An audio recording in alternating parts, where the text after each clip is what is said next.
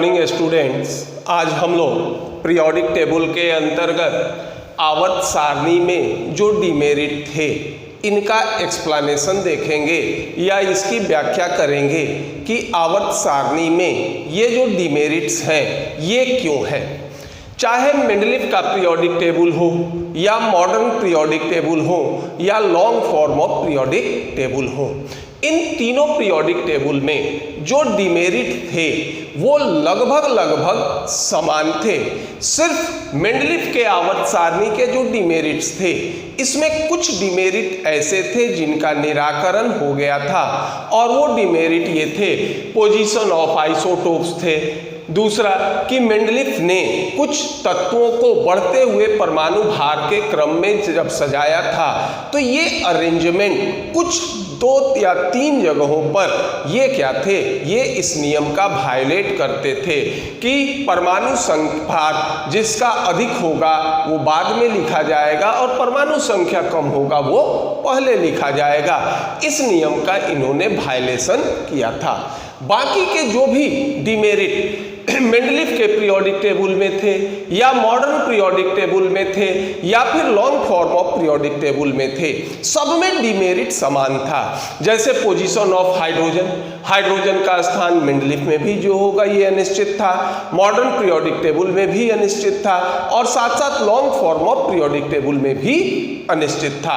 ऐसा होने का कारण ये था कि आवर्त सारणी में जो तत्वों के स्थान मेंडलीफ ने निश्चित किए थे उन स्थानों में कोई परिवर्तन नहीं हुआ था, चाहे वो मेंडलीफ का पीरियोडिक टेबल हो या मॉडर्न पीरियोडिक टेबल हो या फिर long form of periodic table हो।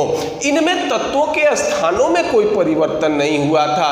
तो जब इनके स्थानों में कोई परिवर्तन नहीं हुआ, नए तत्व खुद ब खुद अपना स्थान ग्रहण करने लगे, तो इनमें जो प्रारंभिक कठिनाइयां थी या डिमेरिट थे वो डिमेरिट आज भी पीरियोडिक टेबल में उपस्थित है। चाहे आप long form of periodic table पढ़ो या फिर जो होगा ये मॉडर्न पीरियोडिक टेबल पढ़ो, प्रत्येक में समान डिमेरिट्स थे। लेकिन ये भी कहा गया कि अगर आवर्त सारणी में ये डिमेरिट नहीं होंगे तो आवर्त सारणी का निर्माण संभव नहीं होगा। अगर आपको पीरियोडिक टेबल चाहिए तो साथ में ये डिमेरिट भी आपको प्राप्त होंगे। लेकिन ये था कि इन डिमेरिट का एक्सप्लेनेशन हो गया, व्याख्या कर दिया गया कि आवर्त सारणी में इन डिमेरिट या त्रुटि का कारण क्या था। तो सबसे पहला देखो डिमेरिट ये था जिसको हम नाम दिए थे क्या, पोजीशन ऑफ हाइड्रोजन। यह था पोजीशन ऑफ हाइड्रोजन, हाइड्रोजन का स्थान। हाइड्रोजन का स्थान निश्चित नहीं है। हाइड्रोजन को ग्रुप 1A में अल्कली मेटल के साथ भी रखा गया है और ग्रुप 7A में हैलोजन के साथ भी रखा गया है। जैसे मान लीजिए ये था आपका क्या, ग्रुप 1A। यहाँ हो गए hydrogen, lithium, sodium, potassium, rubidium, caesium, इस तरह से लिख ले रहे। Atomic number 1, 3। सोडियम का क्या होता है, ये होता है एटॉमिक नंबर होगा कितना, 11। ये हो जाएंगे कितने, 19। रुबीजियम का होगा 37 और ये हो जाएगा तुम्हारा कितना, 55। इसी तरह से अगर आप ये देखते हैं ग्रुप 7A, इसको हम नाम देते हैं हैलोजन। हाइड्रोजन हो गया 1, फ्लोरीन 9, क्लोरीन 17, ब्रोमीन 35 और आयोडीन ये हो गए 53। अब ये कहे थे कि long form of periodic table देखो या फिर मॉडर्न पीरियोडिक टेबल देखो, हर जगह यही स्थिति है। और ये कहे थे कि एक ग्रुप में जो भी एलिमेंट होंगे उनके गुण समान होंगे, और इनमें समानता का कारण ये कहे थे कि इनके वायतम कक्ष में इलेक्ट्रॉन की संख्या समान होगी। अब देखो हाइड्रोजन का परमाणु संख्या हो गया, ये हो गया 1, इसका कॉन्फ़िगरेशन हो गया 2 1, ये होगा 2 8 1, ये होगा 2 8 8 1, ये होगा 2 8 18 8 1, ये भी होगा 2 8 18 18 1। अब अगर मान लो इसको देखो तो ये हो गया 1, ये हो गया 2 7, ये हो गया 2 8 7, ये होगा 2 8 18 7, ये होगा 2 8 18 18 7। ये इनका इलेक्ट्रॉनिक कॉन्फ़िगरेशन हो गया। अब हम ये जानते हैं कि प्रत्येक एलिमेंट की टेंडेंसी होगी कि ये आउटर सेल्स में इनर्ट गैस का कॉन्फ़िगरेशन प्राप्त करें और अस्थायी हो जाएं। अब देखिए, अगर मान लो यहाँ देखते हैं तो ये देखो सबके आउटर सेल्स में इलेक्ट्रॉन की संख्या क्या है 1। तो अगर मान लो ग्रुप 1A के जो एलिमेंट हैं जिनको हम अल्कली मेटल कहते हैं, अगर ये एक इलेक्ट्रॉन का लॉस करें तो ये स्टेबिलिटी को क्या करेंगे, प्राप्त हो जाएंगे। अब यहाँ देखिए, अगर मान लो इन सबके वायतम कक्ष में इलेक्ट्रॉन की संख्या कितनी है 7, तो अगर ये एक इलेक्ट्रॉन का ग्रहण करें तो ये भी इनर्ट गैस का कॉन्फ़िगरेशन प्राप्त करेंगे। अगर फ्लोरीन एक गेन कर लेता है तो 9 और 1 10, ये हो जाएगा नियॉन का। ये एक गेन करेगा तो ये हो जाएगा आर्गन का, ये हो जाएगा क्रिप्टॉन का, और ये हो जाएगा जेनॉन का। और हाइड्रोजन एक गेन करेगा तो ये हो जाएगा किसका, हीलियम का। तो ग्रुप 1A के जो एलिमेंट होते हैं या अल्कली मेटल होते हैं, ये क्या करेंगे, एक इलेक्ट्रॉन लॉस करके स्टेबल होंगे। और ग्रुप 7A के जो एलिमेंट होंगे ये एक इलेक्ट्रॉन गेन करके स्टेबल होंगे। ये इनकी विशेषता है। अब जरा हाइड्रोजन के केस में देखें। हाइड्रोजन हो गया एटॉमिक नंबर 1, इसका अगर कॉन्फ़िगरेशन लिखोगे तो ये हो गया 1s1। हाइड्रोजन में फर्स्ट ऑर्बिट ही लास्ट ऑर्बिट होता है, तो एक तो टेंडेंसी ये हो सकता है कि ये एक इलेक्ट्रॉन का क्या करे, लॉस कर दे, और एक इलेक्ट्रॉन का लॉस करेगा तो इस पे चार्ज होगा पॉजिटिव और कॉन्फ़िगरेशन हो जाएगा इसका क्या, 1s0, क्योंकि इसके पास H+ के पास कोई इलेक्ट्रॉन नहीं है। तो ये हाइड्रोजन के आउटर सेल्स में जो एक इलेक्ट्रॉन है, इसको अगर लॉस करेगा तो इसके पास कोई इलेक्ट्रॉन नहीं होगा और ये स्टेबलाइज कर जाएगा। दूसरा कंडीशन ये होता है कि हाइड्रोजन एक इलेक्ट्रॉन का गेन करे, और जब ये एक इलेक्ट्रॉन का गेन करेगा तो इसका कॉन्फ़िगरेशन हो जाएगा क्या, 1s2, और ये कॉन्फ़िगरेशन किस तक का होता है, हीलियम का होता है।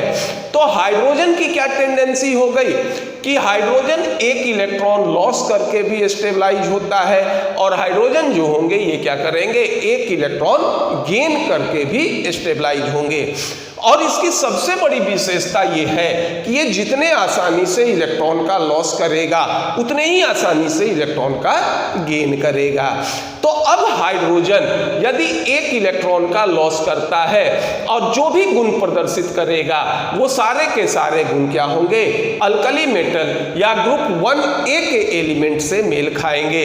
और जब हाइड्रोजन एक इलेक्ट्रॉन ग्रहण करके कोई भी प्रॉपर्टी शो करता है तो वो सारे के सारे प्रॉपर्टीज किससे, ग्रुप 7A या हैलोजन से मेल खाएंगे, इसलिए इसको ग्रुप 7A में भी रखा गया। लेकिन ये कंप्लीट ना तो ग्रुप 1A अल्कली मेटल की विशेषता को प्रदर्शित करता है और ना ही जो होंगे ये ग्रुप 7A हैलोजन की विशेषता को प्रदर्शित करता है। इसलिए हाइड्रोजन को ना तो हम अल्कली मेटल कंसीडर करते हैं और ना ही इसको क्या करते हैं, ये हैलोजन में कंसीडर करते हैं। भले इसको रखा जाए किसी में ग्रुप 1A में कहो या ग्रुप 7A में कहो, लेकिन इसको ना तो अल्कली मेटल कंसीडर करते हैं और ना ही हैलोजन कंसीडर करते हैं। बाद में ये हुआ कि हाइड्रोजन हमारा सबसे हल्का तत्व होता है, इसका एटॉमिक नंबर और एटॉमिक वेट सबसे कम होता है, अतः इसे आवर्त सारणी का पहला तत्व मानकर ग्रुप 1A में रख दिया गया। लेकिन रखने से किसी के स्थान की विवेचना या रखने से किसी का स्थान फिक्स नहीं होता है। इनको स्थान भले दे दिया गया लेकिन इनका कंसीडरेशन ना तो हम अल्कली मेटल के साथ करते हैं और ना ही हम किसके साथ, हैलोजन के साथ करेंगे। तो ग्रुप 1A देखो इसको नाम दिए थे क्या, अल्कली मेटल, और इसको नाम दिए थे क्या, इसको नाम दिए थे हैलोजन। अब देखिए अल्कली मेटल की विशेषता क्या है, it can stabilized by loss of 1 electron. और इसकी क्या विशेषता होगी कि it can stabilized, it can stabilized by gain of 1 electron, by gain of 1 electron। ये जो होगा एक इलेक्ट्रॉन गेन करके जो होगा स्टेबलाइज होगा। और ये दोनों टेंडेंसी किस में है, हाइड्रोजन में है। तो हाइड्रोजन यदि एक इलेक्ट्रॉन लॉस करके कोई प्रॉपर्टी शो करेगा तो वो अल्कली मेटल से समानता प्रदर्शित करेगा, और एक इलेक्ट्रॉन गेन करके जो भी प्रॉपर्टी शो करेगा वो हैलोजन के साथ समानता प्रदर्शित करेगा।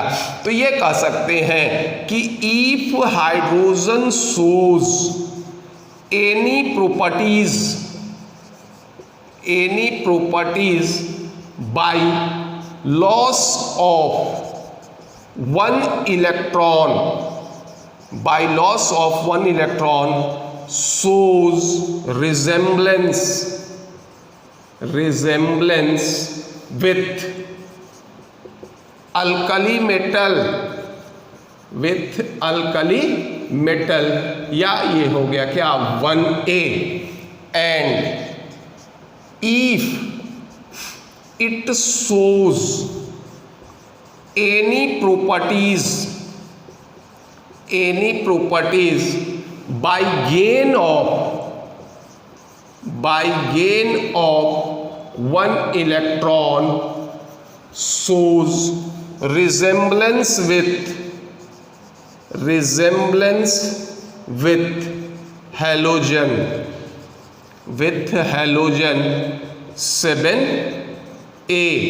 और ये कह दिया गया क्या, ये समानता प्रदर्शित करेगा। लेकिन ये क्या कह रहे हैं कि सबसे हल्का तत्व होने के कारण और एटॉमिक नंबर 1 होने के कारण इसको ग्रुप 1A में रख दिया गया, लेकिन काउंटिंग इसका अल्कली मेटल में नहीं हुआ। तो ये एक्सप्लेनेशन होता है कि हाइड्रोजन को दोनों स्थानों पर क्यों रखा गया। अब इस जरा एक्सप्लेनेशन को देखो। ये तो हाइड्रोजन की विशेषता है कि ये एक इलेक्ट्रॉन का लॉस करके स्टेबलाइज होता है और एक इलेक्ट्रॉन गेन करके भी स्टेबलाइज होता है। यहाँ किसी चीज की कमी नहीं है, ना तो एविडेंस की कमी है, ना ही रिसर्च में कमी है। ये हाइड्रोजन की विशेषता होती है। तो या तो अगर इस कमी को आपको दूर करना पड़ेगा तो इस दोनों को एक साथ रखिए, ये चीज संभव नहीं है। ये पूरा का पूरा मेटल, ये पूरा का पूरा क्या नॉन मेटल। ना ही आप हाइड्रोजन को अल्कली के मेटल के साथ रख सकते हैं, ना ही इसको क्या कहेंगे हैलोजन के साथ रखेंगे। तो इस कारण इनका पोजीशन फिक्स नहीं होता है। हम सारे ग्रुप को एक साथ पढ़ लेंगे और क्या करेंगे, हाइड्रोजन को अलग से पढ़ेंगे। इसकी समानता अल्कली मेटल के साथ भी देखेंगे और इसकी समानता हैलोजन के साथ भी देखेंगे। जैसे मान लो नॉर्मल समानता देखो, सारे के सारे डाई एटॉमिक मॉलिक्यूल होते हैं, H2Cl, F2Cl2, Br2I2, सारे जो होंगे ये क्या होंगे, डाई एटॉमिक मॉलिक्यूल होंगे, नॉन मेटल होंगे, सबके बीच कोवैलेंट बॉन्ड होगा। ये H- ये कहाँ कैथो एनोड पर डिस्चार्ज होंगे। इसमें देखिए, इसमें समानता सब एक इलेक्ट्रॉन का लॉस करके कैटायन का फॉर्मेशन करेंगे। जिस तरह से मेटल कैथोड पे डिस्चार्ज होते हैं, हाइड्रोजन भी जो होगा ये कैथोड पे डिस्चार्ज होगा। अगर अल्कली मेटल इनका की एफिनिटी हैलोजन से अधिक है तो हाइड्रोजन की एफिनिटी भी क्या होगी, हैलोजन से अधिक होगी। तो इस तरह से हाइड्रोजन के गुण दोनों के साथ मिलते हैं।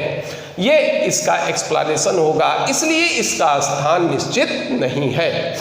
तो पहले इसको नोट डाउन कर लीजिए।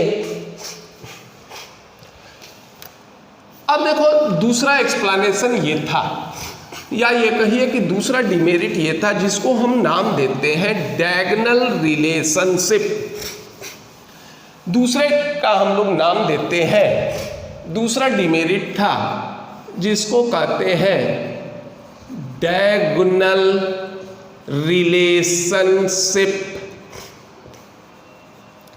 Diagonal relationship.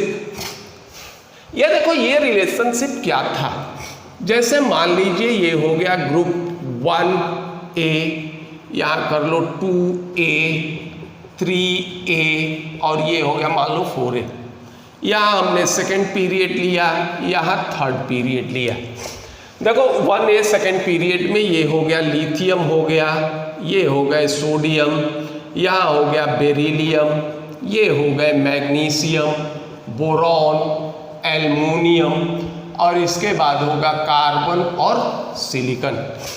देखिए आवर्त सारणी या पीरियोडिक टेबल की ये विशेषता थी कि एक वर्टिकल कॉलम या एक ग्रुप में जो भी एलिमेंट होंगे सबके गुण समान होंगे। तो हम ये एस्पेक्ट करेंगे कि लिथियम के गुण सोडियम, पोटासियम, रूबिडियम, सीजियम से मिले, लेकिन ये पाया गया कि लिथियम के गुण सोडियम से नहीं बल्कि अपने बगल वाले एलिमेंट मैग्नीशियम से मिलते थे, बेरिलियम के गुण एल्युमिनियम से मिलते थे और कार्बन के गुण सिलिकॉन से मिलते थे।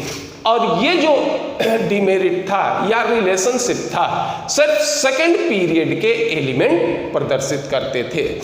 तो पीरियोडिक टेबल में तो इस तरह से एलिमेंट का अरेंजमेंट नहीं हुआ था कि किसी भी एलिमेंट के गुण अपने बगल वाले एलिमेंट से मिले। इनका अरेंजमेंट तो इस तरह से हुआ था कि एक ग्रुप में जो एलिमेंट होंगे सबके गुण समान होंगे। तो अब ये भी पीरियोडिक टेबल का डिमेरिट होता है। अब ये है कि ऐसा क्यों हुआ, क्यों लिथियम के गुण मैग्नीशियम से मिलने लगे, सोडियम से नहीं मिलने लगे, और बेरिलियम के गुण एल्युमिनियम से मिले, बोरॉन के गुण जो होंगे ये सिलिकॉन से मिले। तो इसका कारण दिया जाता है, ये होता है क्या, पोलराइजेशन। अब यह है कि पोलराइजेशन क्या है। एक बॉन्ड होता है जिसको आप बॉन्डिंग में पढ़िएगा, बॉन्ड जिसको नाम देते हैं ये कहा जाता है आयोनिक बॉन्ड। और ये आयोनिक बॉन्ड का निर्माण होता है किससे, ये निर्माण होता है ट्रांसफर ऑफ इलेक्ट्रॉन से। तो जब इलेक्ट्रॉन का ट्रांसफर होगा या ट्रांसफर तभी संभव है जब एक इलेक्ट्रॉन क्या करे, कोई इलेक्ट्रॉन का लॉस करे और दूसरा उस इलेक्ट्रॉन को गेन करे। तो जो भी इलेक्ट्रॉन का लॉस करेगा तो ये बनाएगा क्या, इलेक्ट्रॉन का लॉस होगा तो ये बनेगा केटायन, और इलेक्ट्रॉन का गेन होगा तो ये बनेगा क्या, एनायन। और केटायन पर चार्ज होता है ये जानते हो पॉजिटिव, और एनायन पे चार्ज होता है क्या, निगेटिव। तो पॉजिटिव निगेटिव एक दूसरे से इलेक्ट्रोस्टैटिक अट्रैक्शन से जुड़ जाएगा और ऐसे बॉन्ड को हम नाम देते हैं क्या, आयनिक बॉन्ड कहेंगे। तो जब भी आयनिक बॉन्ड बनते हैं तो एक बनता है हमारा क्या, केटायन, ये हो गया क्या केटायन, और दूसरा बनता है क्या, ये बनता है एनायन। केटायन पर चार्ज पॉजिटिव होता है, एनायन पर चार्ज क्या होता है, निगेटिव होता है। अब देखिए, अब नतीजा, और ये देखो हमने केटायन को छोटा और एनायन को बड़ा बनाया। साइज ऑफ केटायन क्या होते हैं, छोटे होते हैं, साइज ऑफ एनायन क्या होगा, बड़ा होगा। अब देखो इस केटायन और एनायन दोनों के सेंटर में क्या होता है, पॉजिटिव चार्ज होता है। आउटर सेल्स में क्या होंगे, इलेक्ट्रॉन होंगे। तो एक का न्यूक्लियस दूसरे के इलेक्ट्रॉन से, इसका न्यूक्लियस इसके इलेक्ट्रॉन से क्या होगा, म्यूचुअल अट्रैक्शन फोर्स से जुड़ा होगा। अब ये होगा कि ये केटायन है ये एनायन है, दोनों के बीच अट्रैक्शन का फोर्स वर्क करेगा। जैसे ही दोनों एक दूसरे के नज़दीक आते हैं, दोनों के न्यूक्लियस के बीच रिपल्सन का फोर्स वर्क करता है, क्योंकि ये जानते हो कि न्यूक्लियस में डेंसिटी सबसे अधिक होती है। तो जब नतीजा ये होगा तो एनायन का शेप ये हो जाता है, इसी को नाम देते हैं क्या, डिफॉर्मेशन कह सकते हो, या फिर ये कह सकते हो डिस्टॉर्शन कह सकते हो। और यही चीज केटायन के द्वारा एनायन को अपने तरफ खींचने की क्षमता को नाम देते हो क्या, पोलराइजेशन कहते हैं। तो ये भी कह सकते हो कि जब केटायन एनायन को पोलराइज करेगा तो एनायन भी केटायन को पोलराइज करेगा। चूंकि साइज केटायन का छोटा होता है, एनायन का साइज बड़ा होता है, तो छोटे साइज में डिफॉर्मेशन कम होता है, बड़े साइज में डिफॉर्मेशन अधिक होता है। तो एनायन के द्वारा जो केटायन को पोलराइज किया जाता है इसको हम नगण्य मान लेते हैं, और केटायन के द्वारा जो एनायन को पोलराइज किया जाता है इसको हम लोग क्या मानते हैं, डोमिनेट मानते हैं, और यही कहलाता है क्या, पोलराइजेशन। तो इसको नाम दोगे क्या, the tendency of cation to attract anion towards itself is called polarization. इसी को नाम देंगे पोलराइजेशन। अब देखो पोलराइजेशन किस तरह से प्रॉपर्टीज को समान करता है। अब मान लीजिए दो केटायन है, दोनों का पोलराइजेशन समान है, और कोई पार्टिकुलर एनायन है, तो अब दोनों केटायन के द्वारा एनायन को अपने तरफ खींचने की क्षमता क्या होगी, समान हो जाएगी, और इस तरह से दोनों केटायन के प्रॉपर्टीज क्या हो जाएंगे, समान हो जाएंगे। यहां भी यही चीज होता है। देखिए लिथियम से अगर आप सोडियम के तरफ चलोगे तो ये एक ग्रुप को इंडिकेट करता है, और ग्रुप में चलेंगे तो साइज क्या होगा, बढ़ेगा, यानी लिथियम से बड़ा साइज किसका होगा, सोडियम। और अगर तुम लिथियम से मैग्नीशियम के तरफ जाते हो तो साइज क्या होंगे, घटेंगे। तो सोडियम से बड़ा छोटा साइज हो जाएगा किसका, लिथियम का, मैग्नीशियम का। नतीजा ये होगा कि लिथियम और मैग्नीशियम दोनों का पोलराइजेशन क्या होता है, समान हो जाता है। इसलिए लिथियम के कुछ गुण मैग्नीशियम से मिल जाते हैं, और यही हमारा क्या होता है, डायगोनल रिलेशनशिप का कारण।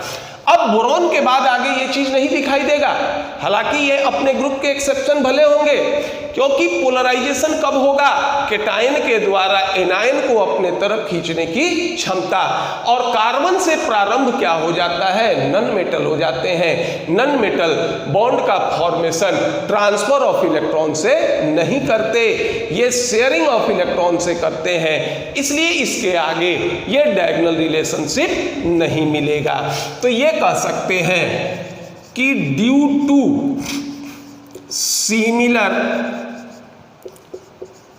पोलराइजेशन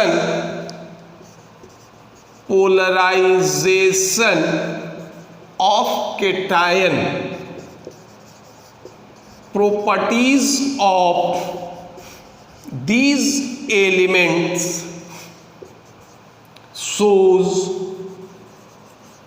resemblance या समानता। ये जो होंगे समानता, लिथियम का समानता हो जाएगा किससे, मैग्नीशियम से, बेरिलियम का समानता होगा एल्युमिनियम से, और बोरॉन का समानता होगा क्या, सिलिकॉन से। तो ये होता है क्या, डायगोनल रिलेशनशिप का कारण। अब मान लीजिए इसके कारण आप लिथियम को मैग्नीशियम के ऊपर नहीं रख सकते, क्योंकि इसके आउटर सेल्स में एक इलेक्ट्रॉन, इसके आउटर सेल्स में क्या होगा, 2 इलेक्ट्रॉन।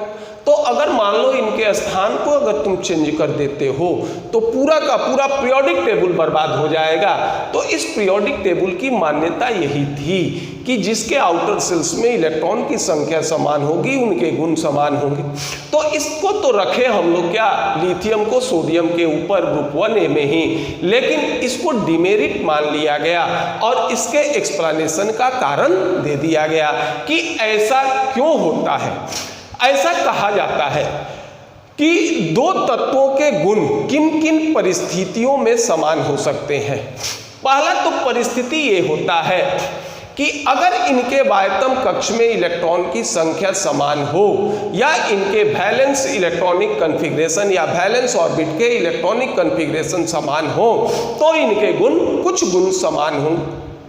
अगर इनका साइज भी समान होता है तो भी इनके कुछ गुण समान होते हैं। और अगर मान लो इसके साइज और वैलेंस इलेक्ट्रॉन दोनों यदि समान होते हैं तो इनके सारे गुण क्या होंगे, समान होंगे।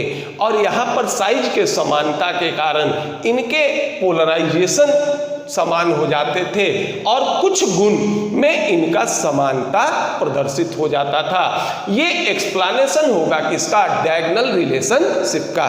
अब इसको नोट डाउन कर लीजिए।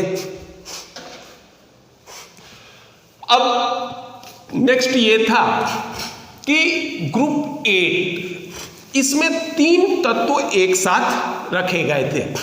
देखो ऐसा अरेंजमेंट मेंडलीफ में भी था, ऐसा अरेंजमेंट मॉडर्न पीरियोडिक टेबल में भी था और ऐसा arrangement long form of the periodic table में भी था।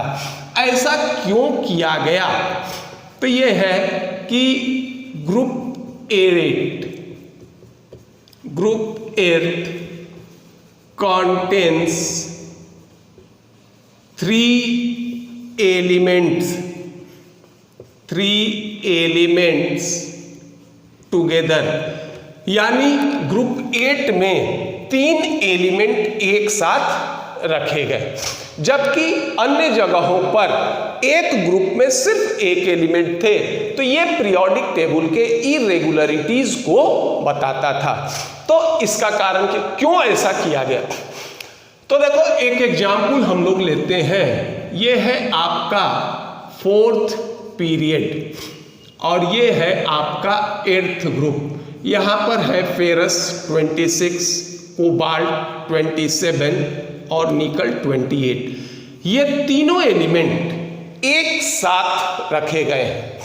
अब इन तीनों एलिमेंट को अगर देखो तो ये हम कह सकते हैं इन तीनों में ये लास्ट इलेक्ट्रॉन जो हैं ये कहाँ भरेंगे, डी ऑर्बिटल में भरेंगे।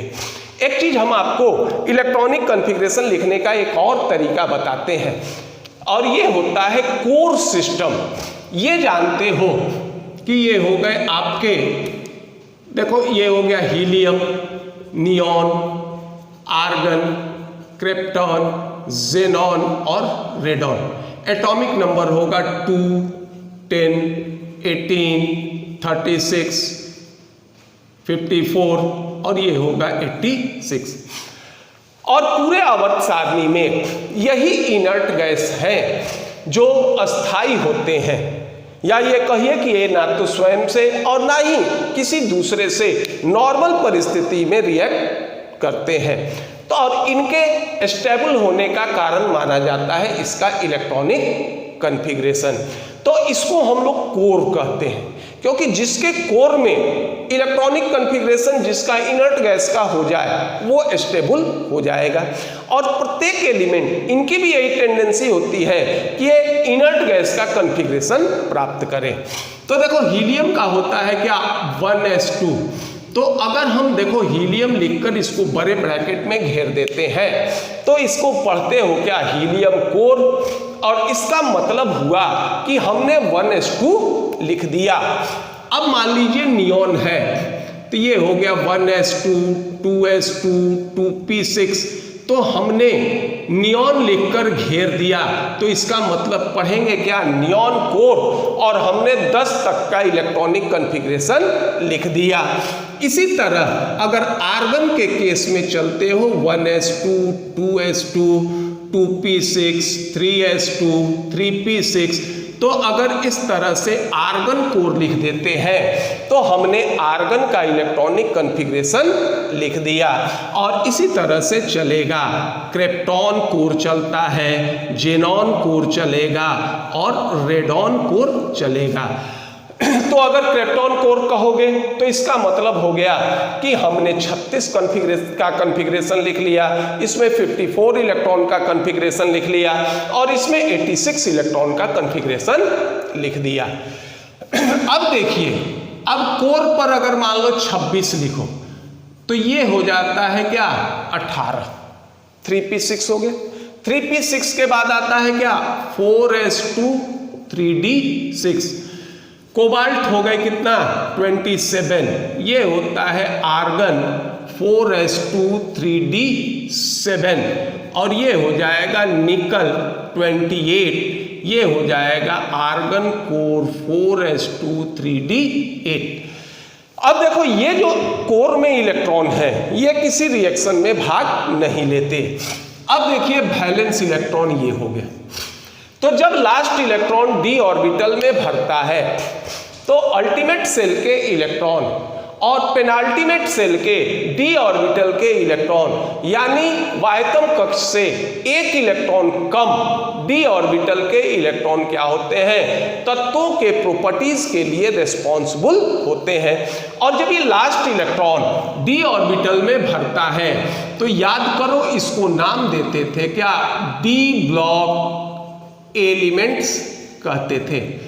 और इस डी ब्लॉक एलिमेंट की सबसे बड़ी विशेषता होती है कि ये क्या होते हैं, ये वेरिएबल ऑक्सीडेशन स्टेट, ये वेरिएबल ऑक्सीडेशन स्टेट प्रदर्शित करते हैं, या ये कहो कि ये एक से अधिक संयोजकता में कंपाउंड का निर्माण करेंगे। और इसका कारण क्या होगा, कॉज क्या होगा, ये होगा ns इलेक्ट्रॉन, यानी ns electron plus n-1d electron, ये दोनों जो होते हैं ये क्या होंगे, वैलेंस इलेक्ट्रॉन में उपस्थित होना। अब ns इलेक्ट्रॉन में जो है ये एक वैलेंसी हो गया, तो सबके ns में कितना हो गया, 2। चूंकि ये मेटल है टेंडेंसी क्या होगा, इलेक्ट्रॉन लॉस करने की, तो ये क्या करेंगे +2 इनका क्या होगा, कॉमन ऑक्सीडेशन स्टेट होगा। अब देखो D में यदि 6 इलेक्ट्रॉन हो, 7 इलेक्ट्रॉन हो या 8 इलेक्ट्रॉन हो, सब में कुछ न कुछ अनपेयर्ड इलेक्ट्रॉन अवश्य होंगे।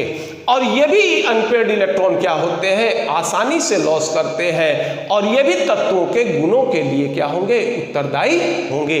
तो ये जो डी ब्लॉक एलिमेंट होते हैं इनका एक कंडीशन होता है या कैरेक्टर होता है कि ये वेरिएबल ऑक्सीडेशन स्टेट शो करेंगे। इन वेरिएबल ऑक्सीडेशन स्टेट शो करने का कारण क्या होगा कि इनके वैलेंस इलेक्ट्रॉन में क्या होते हैं, अल्टीमेट सेल के भी इलेक्ट्रॉन भाग लेते हैं और पेनाल्टीमेट सेल के भी इलेक्ट्रॉन भाग लेते हैं। और इसी पेनाल्टीमेट सेल के इलेक्ट्रॉन के भाग लेने के कारण ये वेरिएबल ऑक्सीडेशन स्टेट शो करेंगे। अब इनका कॉमन ऑक्सीडेशन स्टेट कितना हो जाएगा, सबके आउटर सेल्स में देखो 2 इलेक्ट्रॉन, तो कॉमन ऑक्सीडेशन स्टेट ये क्या होगा, इसका होगा क्या +2, क्योंकि s का इलेक्ट्रॉन दोनों ये लॉस करेंगे। तो जब ये लॉस करेंगे तो ये होगा Fe26 2+, ये देखते हैं कोबाल्ट 27 2+, और ये हो जाएगा निकल 28 2+। अब इसका विन्यास लिखोगे तो आर्गन 3d6, ये हो जाएंगे आर्गन 3d7, और ये हो जाएंगे आर्गन 3d8। और इस स्थिति में इनका साइज क्या होता है, लगभग समान होता है। तो ये कह सकते हो कि size of these ions are nearly same, so properties of these elements in +2 oxidation state becomes identical, so they placed together in same group, और इसलिए इनको एक ग्रुप में रखा गया। और इस प्रॉपर्टीज में जो समानता था इसमें सिर्फ +2 ऑक्सीडेशन स्टेट में, बाकी के ऑक्सीडेशन स्टेट में इसके प्रॉपर्टीज में कोई समानता नहीं होगी।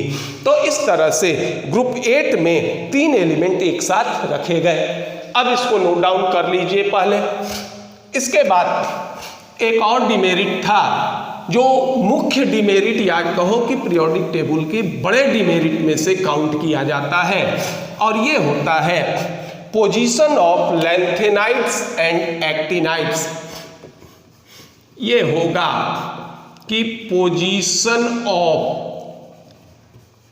लैंथेनाइड्स एंड एक्टिनाइड्स, ये देखते होगे, चाहे ये आप देख लीजिए, मॉडर्न पीरियोडिक टेबल देख लो या फिर long form of periodic table देख लो। पीरियोडिक टेबल के नीचे 14 एलिमेंट के 2 कॉलम हैं। एक स्टार्ट होता है कहाँ, सीरियम से, एटॉमिक नंबर 58 और अंत करेगा 71। एटॉमिक नंबर नाम होगा उसका ल्यूटेटियम, इसको कहते हैं लैंथेनाइड्स। और दूसरा थोरियम से शुरू होगा और लॉरेंशियम तक जाएगा और इसको कहते हैं क्या, एक्टिनाइड्स कहते हैं। तो इनको पीरियोडिक टेबल में बाहर क्यों रख दिया गया? जैसे पीरियोडिक टेबल में देखोगे तो एक स्थान है और ये स्थान है आपका ग्रुप 3B और पीरियड हो गए क्या, 6th। यहाँ पर लैंथेनम 57 से लेकर ल्यूटेटियम 71 तक के एलिमेंट, ये 15 एलिमेंट एक साथ रखे गए और इनको नाम देते हैं क्या, लैंथेनाइड्स।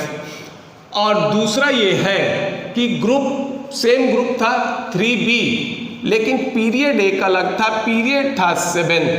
यहाँ क्या है, एक्टिनियम 89 से लेकर लॉरेंशियम 103 तक के एलिमेंट, ये 15 एलिमेंट को एक स्थान पर रखे गए। लेकिन पीरियोडिक टेबल के बाहर लैंथेनम और एक्टिनियम, इस दोनों को तो रेगुलर पीरियोडिक टेबल में जगह दे दिया गया और पीरियोडिक टेबल के नीचे जो 14 एलिमेंट के जो कॉलम थे, एक का प्रारंभ होगा सीरियम से और अंत करेगा ल्यूटेटियम पर, इसको नाम देते हैं लैंथेनाइड्स, चूंकि इसका प्रारंभ होता है किससे, लैंथेनम से।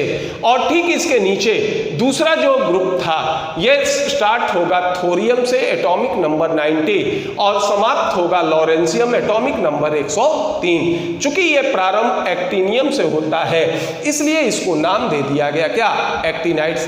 अब ये है कि 15 एलिमेंट, इनको हम एक साथ क्यों रख दिए? आखिर क्या कारण ऐसा हो गया कि 15 एलिमेंट एक ग्रुप में रख दिए? अब इसको एक्सप्लेन इस तरह से किया गया। देखो, कोई भी एलिमेंट होता है तो इसके एटम में इस तरह से डिवाइड किया जाता है। जो सबसे बाहरी ऑर्बिट होता है, इसको नाम देते हैं क्या हम लोग, अल्टीमेट सेल कहते हैं। इसके बाद ये होता है क्या, पेनाल्टीमेट सेल होता है। इसके बाद ये होता है क्या, एंटी पेनाल्टीमेट सेल होता है। और इसके बाद होता है क्या, ये होता है कोर सेल होता है। देखिए, अल्टीमेट सेल को हम इंडिकेट करते हैं किससे, स्मॉल n से। तो पेनाल्टीमेट क्या हो गया, n-1, और एंटी पेनाल्टीमेट क्या होगा, n-2, और n-3 ऑनवर्ड्स जितने भी होंगे सारे के सारे क्या कहलाएंगे, कोर सेल कहलाएंगे।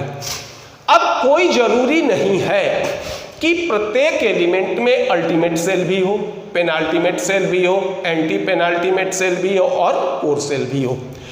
कुछ में अल्टीमेट के बाद ही कोर सेल हो जाएंगे, कुछ में अल्टीमेट होंगे, पेनाल्टीमेट होंगे, तब कोर सेल होंगे।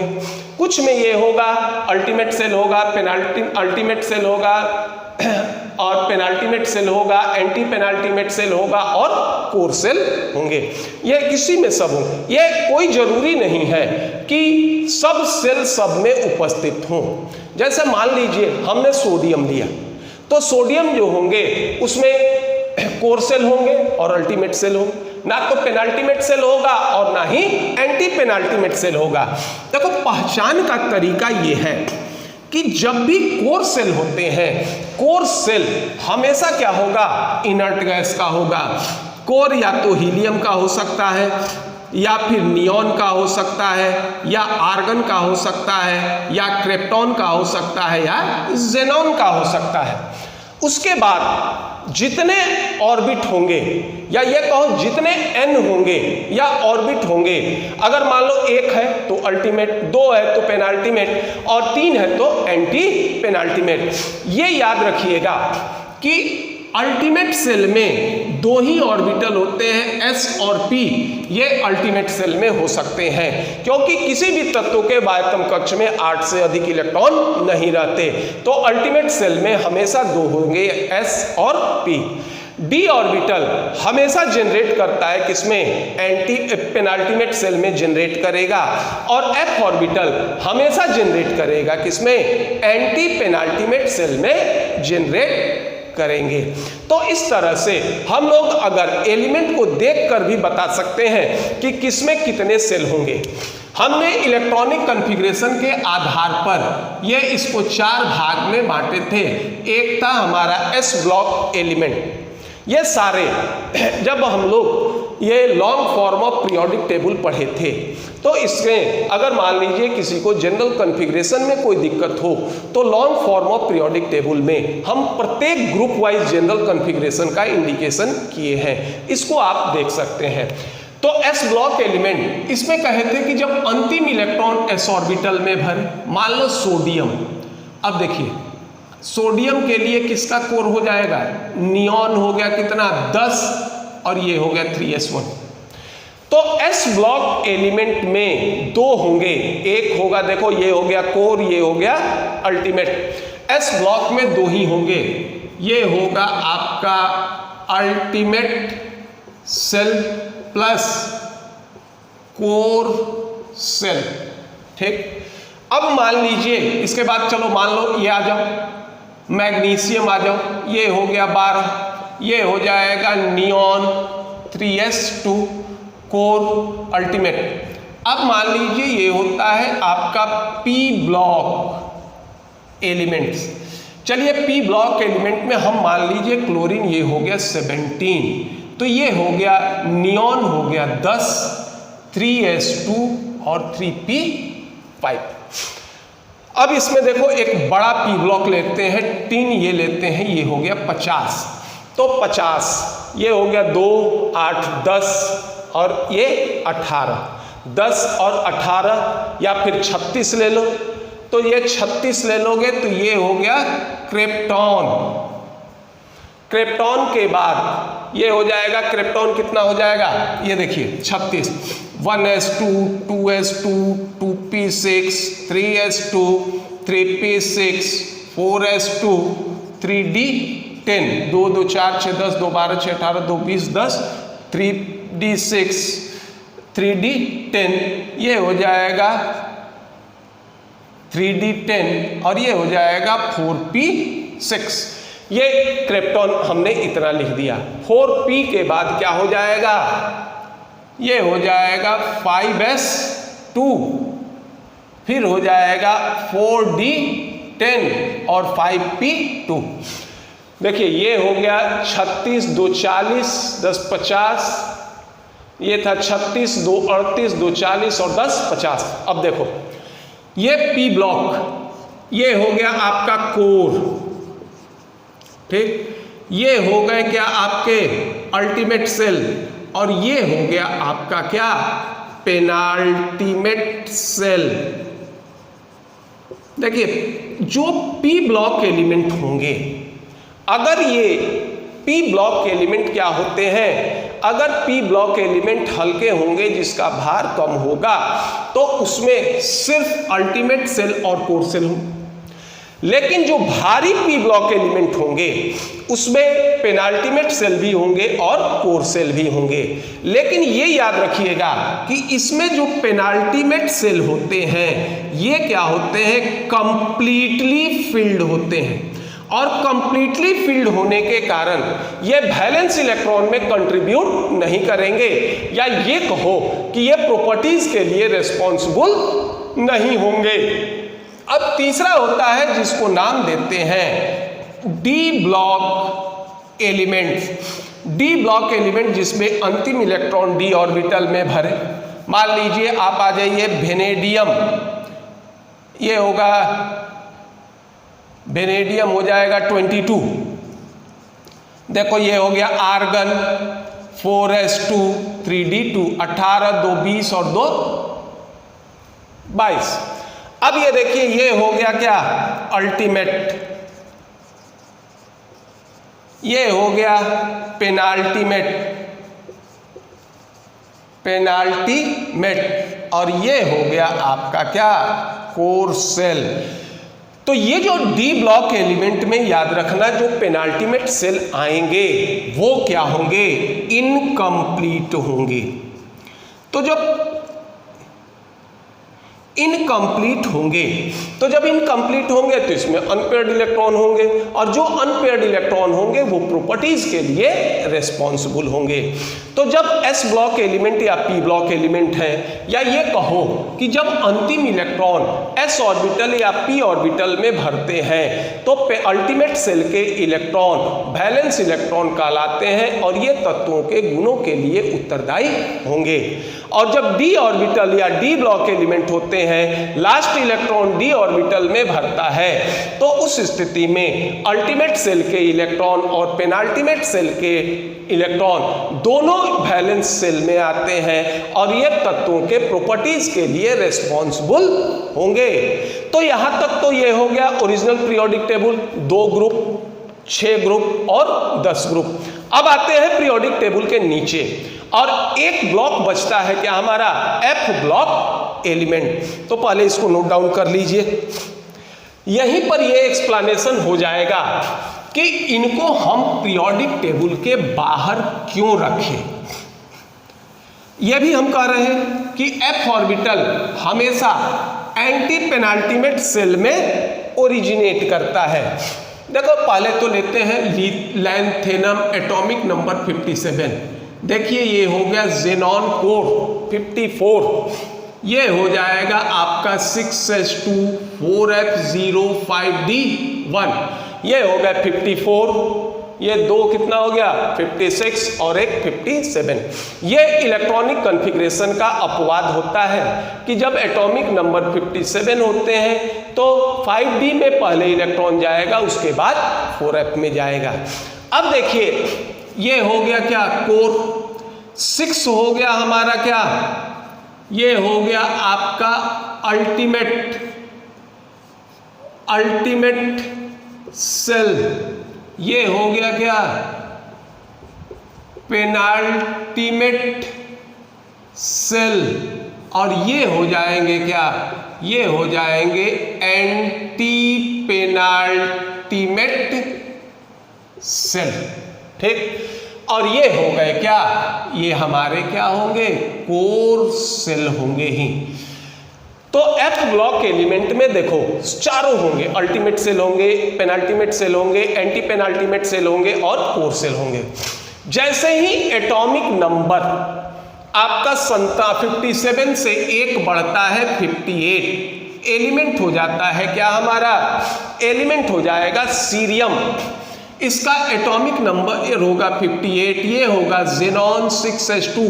अब 4f की एनर्जी कम हो जाएगी और इलेक्ट्रॉन क्या होंगे, ये 4f में भरेंगे, 5d में नहीं भरेंगे। तो और इस तरह से ये जानते हो कि f ऑर्बिटल में 14 इलेक्ट्रॉन रह सकते हैं, तो एक 1 by 1 14 इलेक्ट्रॉन f ऑर्बिटल में भरेंगे और आप आ जाइएगा कहाँ, ल्यूटेटियम एटॉमिक नंबर 71, ये हो गया 6s2 4f14 और 5d1। अब देखिए यहाँ 6 हमारा अल्टीमेट हो गया, 5 हमारा क्या होगा पेनाल्टीमेट हो गया और 4 हो जाएगा क्या एंटी पेनाल्टीमेट। अब लैंथेनम और सीरियम से ल्यूटेटियम में अंतर इतना है कि इसमें अंतिम इलेक्ट्रॉन d में भरा तो इसमें अंतिम इलेक्ट्रॉन f में भरा, इसलिए लैंथेनम को रेगुलर पीरियोडिक टेबल में स्थान दे दिए और सीरियम से ल्यूटेटियम तक पीरियोडिक टेबल के नीचे फर्स्ट कॉलम में रख दिए और ये था क्या लैंथेनाइट्स कहलाता था। अब देखिए जितने भी लास्ट इलेक्ट्रॉन थे ये कहाँ भरे, एंटी पेनाल्टीमेट सेल में भरे। तो एंटी पेनाल्टीमेट सेल तत्वों के प्रॉपर्टीज के लिए रिस्पॉन्सिबल नहीं होते, इसलिए इनके गुण क्या होते हैं, समान होते हैं और इनको एक स्थान पर रख दिया गया। और ये कहा गया कि electron of antepenultimate shell, electron of antepenultimate shell, antepenultimate shell does not responsible for properties of elements। और ये जो होंगे प्रॉपर्टीज के एलिमेंट्स के लिए रेस्पॉन्सिबल नहीं होंगे, इसलिए इनको एक स्थान पर रख दिया गया। और चूंकि लैंथेनम में अंतिम इलेक्ट्रॉन डी में भरता था, ये डी ब्लॉक एलिमेंट थे, तो इनको रेगुलर पीरियोडिक टेबल में स्थान दे दिया गया और बाकी को पीरियोडिक टेबल से नीचे फर्स्ट कॉलम में सीरियम से ल्यूटेटियम तक का स्थान दिया गया। ठीक उसी तरह से ये होता है एक्टीनियम, एटॉमिक नंबर हो गया क्या 89, ये होगा रेडॉन 7s2 5f0 6d1, ये होगा एक्टीनियम। इसमें भी देखो 7 हो गया अल्टीमेट, 6 हो गया पेनाल्टीमेट, 5 हो गया क्या एंटी पेनाल्टीमेट और रेडॉन हो गया क्या हमारा कोर। तो यहां भी देखिए f ऑर्बिटल कहां जनरेट किया, एंटी पेनाल्टीमेट सेल में जनरेट किया। अब एक्टीनियम के बाद एक एटॉमिक नंबर अधिक हो जाए 90, ये होगा थोरियम, कॉन्फ़िगरेशन होगा रेडॉन 7s2 5f1 6d1 और इस तरह से 1 by 1 14 इलेक्ट्रॉन f ऑर्बिटल में भरेंगे और ये आ जाएगा लॉरेंसियम एटॉमिक नंबर 103, ये हो जाएंगे रेडियम 7s2, ये हो जाएगा 5f14, ये होगा 5f14 और ये होगा 6d1। इसमें भी देखो सेम चीज होगा कि electron of antepenultimate shell does not responsible for properties of element, same चीज होगा। पेनाल्टीमेट सेल के इलेक्ट्रॉन प्रॉपर्टीज के लिए रिस्पॉन्सिबल नहीं होते। So properties of these elements are same, इसलिए इसके प्रॉपर्टीज क्या होंगे, ये सेम होंगे। तो इनको हम लोग क्या करते हैं, आवर्त सारणी में नीचे रख देंगे और जो इनके पहले एलिमेंट होते हैं जैसे एक्टीनियम और लैंथेनम, इनको रेगुलर पीरियोडिक टेबल में स्थान दे देते हैं। इनके प्रॉपर्टीज इतने समान होते हैं कि अगर एक का तुम और ले लेते हो तो बाकी सारे जो होंगे ये क्या होंगे, इनके इम्प्यूरिटीज होते हैं। और साथ साथ दूसरा ये भी है कि इनका सेपरेशन, चूंकि इनके गुण इतने समान होते हैं कि सेपरेशन ऑफ लैंथेनाइड्स ये क्या होता है, काफी मुश्किल होता है। तो इस तरह से लैंथेनाइड्स और एक्टिनाइड्स को आवर्त सारणी में नीचे के तरफ स्थान दे दिया गया और बाकी सारे जो भी डिमेरिट्स मेन थे इनका ये एक्सप्लेनेशन हो जाता है। और ये भी कहा जाता है कि ये पीरियोडिक टेबल की आवश्यक बुराइयां हैं, यदि ये नहीं होंगे तो पीरियोडिक टेबल का निर्माण संभव नहीं होगा। और इन डिमेरिट को आप देखकर ये बता सकते हैं या ये भी कह सकते हैं कि जब तक पीरियोडिक टेबल का ये स्वरूप होगा ये डिमेरिट उसमें अवश्य उपस्थित होंगे। हो सकता है कि आने वाले समय में कभी ऐसा हो भी सकता है कि पीरियोडिक टेबल के ये डिमेरिट दूर कर दिए जाएं, तो ये डिमेरिट उसी समय दूर होंगे जब पीरियोडिक टेबल का जो ओरिजिनल स्वरूप है, जो बेस है, उसमें परिवर्तन होना होगा। इस परिवर्तन पर यह दोष संभव नहीं है। तो ये आपके पीरियोडिक टेबल में जो डिमेरिट चले आ रहे थे इनका एक्सप्लेनेशन हो गया कि ये क्यों किया गया। अगर आपको ये वीडियो पसंद आए तो आप लाइक कीजिए, सब्सक्राइब कीजिए। धन्यवाद।